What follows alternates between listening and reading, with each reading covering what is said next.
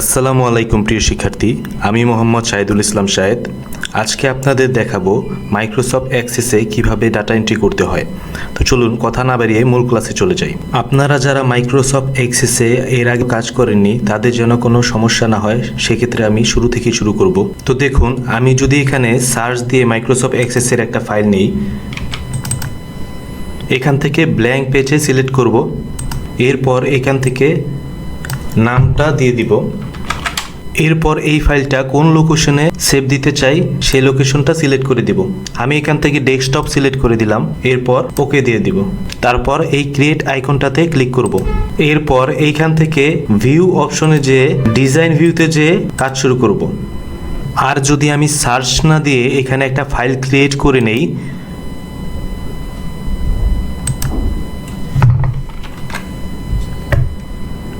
সেক্ষেত্রে ফাইলটিতে double click করে ঢুকবো। এখান থেকে ইনেবল করে দিব কন্টেন্টটা। এরপর ক্রিয়েট রিবনে ক্লিক করব। এখান থেকে টেবিল ডিজাইনে ক্লিক করব। এরপরে কাজ শুরু করব। এইখানে লক্ষ্য করুন, দুই রকমের ভিউ দেওয়া আছে। একটা হচ্ছে ডিজাইন ভিউ, একটা ডাটা শিট ভিউ। ডিজাইন ভিউতে টেবিলটা কি রকম হবে সেটা সাজাবো, এবং ডাটা শিট ভিউতে যে ডাটা এন্ট্রি করতে হবে। এখানে ডিজাইন ভিউতে মূল দুইটি সেকশন রয়েছে, ফিল্ড নেম এবং ডাটা টাইপ। ফিল্ড নেম হচ্ছে ডাটা এন্ট্রি করার সময় টাইটেলের জায়গায় যেই নামগুলো থাকবে, এবং ডাটা টাইপ হচ্ছে প্রতিটা টাইটেলের নিচে যেই রকমের ডাটা হবে সেই টাইপটা। এইখানে প্রথমে আমি সিরিয়াল নং দিয়ে দিব। সিরিয়াল নং এর ডাটা টাইপ এখান থেকে সিলেক্ট করে দিব অটো নাম্বার, তাহলে সিরিয়াল নং আমার বারবার টাইপ করা লাগবে না, অটোমেটিক্যালি সিরিয়াল একটা দিয়ে দিবে। এরপর এইখানে দিব নেম। নেমের ডাটা টাইপ দিব শর্ট টেক্সট, কেননা নেমটা শর্ট হয়। এরপর একইভাবে ফাদার্স নেম, মাদার্স নেম দিয়ে দিব। এরপর দিব অ্যাড্রেস। অ্যাড্রেসের ডাটা টাইপটা লং টেক্সট দিয়ে দিব, সাধারণত অ্যাড্রেস লং টেক্সটে লেখা হয়। এরপর দিব date of birth. Date of বার্থের ডাটা টাইপটা ডেট অ্যান্ড টাইম দিয়ে দিলাম। এখানে রিলিজন শর্ট টেক্সট দিয়ে দিয়েছি। তারপরে আসছে জেন্ডার। জেন্ডার অপশনটির মাধ্যমে এখানে গুরুত্বপূর্ণ একটি কাজ বুঝিয়ে দিব, সবাই লক্ষ্য করবেন। এখান থেকে সিলেক্ট করব লুক আপ উইজার্ড। এরপর এখান থেকে I will type in the value that I want. এখানে ভ্যালুগুলো আমি দিয়ে দিব। ভ্যালুগুলো দিয়ে দেওয়ার পর এখান থেকে নেক্সট করে দিব। এরপর ফিনিশ ক্লিক করব। তারপর এখানে ম্যারিটাল স্ট্যাটাস দিয়ে দিব। এক্ষেত্রে ডাটা টাইপ দিয়ে দিব ইয়েস নো। তারপর দিব কন্ট্যাক্ট নাম্বার। মোবাইল নাম্বারের ক্ষেত্রে আমি যদি ডাটা টাইপ নাম্বার দিয়ে দেই, তাহলে হবে কি শুরুর জিরোটা শো করবে না, কারণ কোনো সংখ্যার আগে জিরোর কোনো মূল্য নেই। এই জন্য আমি শর্ট টেক্সট দিয়ে দিব। শর্ট টেক্সট দিয়ে দিলে আমি যা টাইপ করব তাই আসবে, সেক্ষেত্রে শর্ট টেক্সটটা দিয়ে দিব নাম্বারের ক্ষেত্রে। এরপর দিব ন্যাশনালিটি।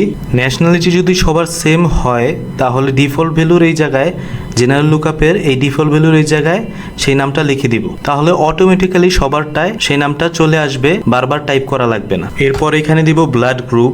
ব্লাড গ্রুপের ডাটা টাইপ চাইলে আমি শর্ট টেক্সটও দিতে পারি, আবার জেন্ডার অপশনটার মতো লুকআপ উইজার্ডও দিতে পারি।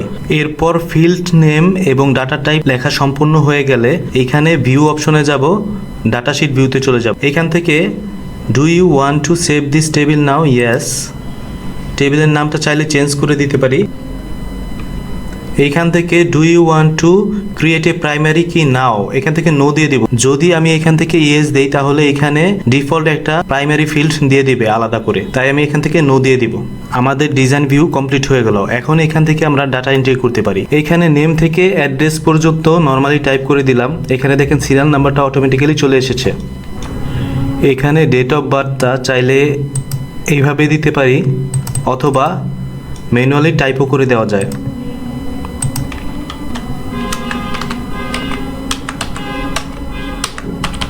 এরপর জেন্ডার অপশনটাতে আমরা লুকআপ উইজার্ড ব্যবহার করেছিলাম, এখান থেকে অপশন সিলেক্ট করে দেওয়া যাবে। ম্যারিটাল স্ট্যাটাস অপশনে আমরা ইয়েস নো সিলেক্ট করে দিয়েছিলাম ডাটা টাইপ হিসেবে, সেই জন্য এখানে মার্ক অপশন এসেছে। এখান থেকে আমরা এভাবে সিলেক্ট করে দিতে পারি। কন্ট্যাক্ট দিয়েছিলাম শর্ট টেক্সট, তাই আমি আগে জিরো টাইপ করলেও জিরোটা থেকে যাবে। আর ন্যাশনালিটি অপশনটা ডিফল্ট ভ্যালুতে দিয়ে দিয়েছিলাম, তাই এটা অটোমেটিক্যালি আসবে। এরপর ব্লাড গ্রুপটাও নর্মালি টাইপ করে দিব। এরপর আমরা পরের লাইনে চলে যাব।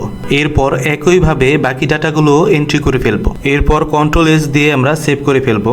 আমরা যেই টেবিলটায় ডাটা এন্ট্রি করলাম সেই টেবিলটা হচ্ছে এইটা। আরও টেবিল নিয়ে যদি ডাটা এন্ট্রি করতে চাই তাহলে এখান থেকে ক্রিয়েটে যে টেবিল ডিজাইনে গিয়ে আরও টেবিল নিয়ে নিতে পারবো, টেবিল 1, টেবিল 2।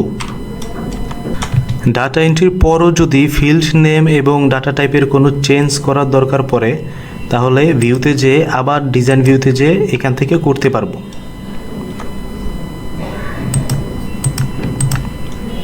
তো প্রিয় শিক্ষার্থী, এইভাবেই খুব সহজে আমরা মাইক্রোসফট এক্সেসে ডাটা এন্ট্রি করে ফেলতে পারি। সবাই সম্পূর্ণ ভিডিওটা মনোযোগ সহকারে দেখবেন এবং বেশি বেশি প্র্যাকটিস করে সম্পূর্ণ কাজটা আয়ত্ত করে ফেলবেন। এখন যদি আমি এখান থেকে ক্রস দিয়ে বের হয়ে যাই, আবার এখান থেকে ডাবল ক্লিক করে ঢুকি, এই যে টেবিলটা আমরা করেছিলাম সেটা এখানে আছে। তো আপনাদের আজকের ক্লাস এই পর্যন্তই। সবাই ভালো থাকবেন। আসসালামু আলাইকুম।